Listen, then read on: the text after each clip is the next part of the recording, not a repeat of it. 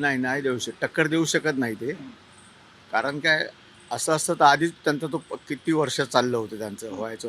हं, त्यावेळेस ते काय झालं नाही. आणि आता ह्यांना तर यश लाभणारच नाही आहे. हं, परंतु जे म्हणतात युती सगळ्या पक्षात युती मला वाटत नाही युती होईल म्हणून. हं. कारण काय हे कमी आहे काय होतं ते. जागा. जागा कमी आहेत आणि सगळेच नाराज राहणार आहे. हं, त्यामुळे मला तरी असं एक भविष्य वाटतं की काय सांगतील शेवटी असे निर्णय घेतील सगळेच पक्ष. तुम्ही आपापल्या याने उभे करा हं. आणि जेव्हा निवडून येऊ तेव्हा परत आपण असं एकत्र. एकत्र येऊ. हा प्रकार जास्त आहे. त्यामुळे युती हा प्रकार कुठेच होणार नाही. कोणी किती काय म्हणू. आणि मग आता या ठाकरे बंधूंबाबत काय वाटतं ठाकरे तुम्हाला? बंधूंबाबत काय झालंय तसं बघायला तर मुंबईत खूप नाराजी आहे. हं, बघायला गेलं तर. आता ॲक्च्युली राजसाहेबांचं ठीक आहे. हे वेगळे उभे राहिले असते तर फायदा होता. पण युती केली ना तर अजिबात नाही होणार. आणि शिवसेनेत काय झालं आहे तर मुळात ती खतखत आहे. त्याच्यामुळे ते एकनाथ शिंदे बाहेर पडले. बरोबर आहे. आणि आता हे काय म्हणजे इतक्या खालच्या थराला गेलं आहे राजकारण. राजकारण.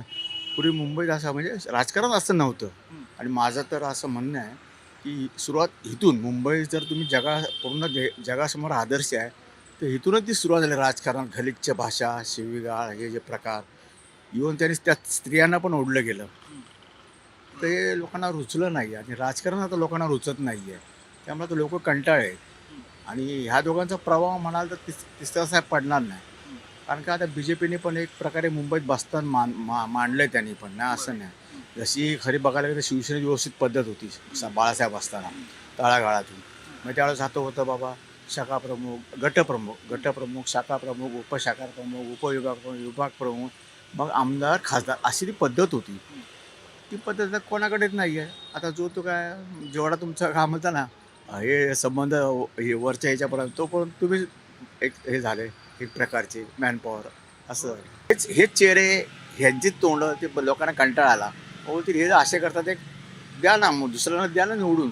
आणि मला तर म्हणजे मला असं वाटतं यंग पिढीला निवडून द्यायचं आता यंग पिढी. हां मग असं तरी मला वाटतं. राजकारण बदलेल. बदलेल म्हणजे आता नाहीतर ह्यांनी काय केलं आहे म्हणजे माझं प्रामाणिक मत राजकारण तर गणपतीमध्ये कोणाला धरता तुम्ही?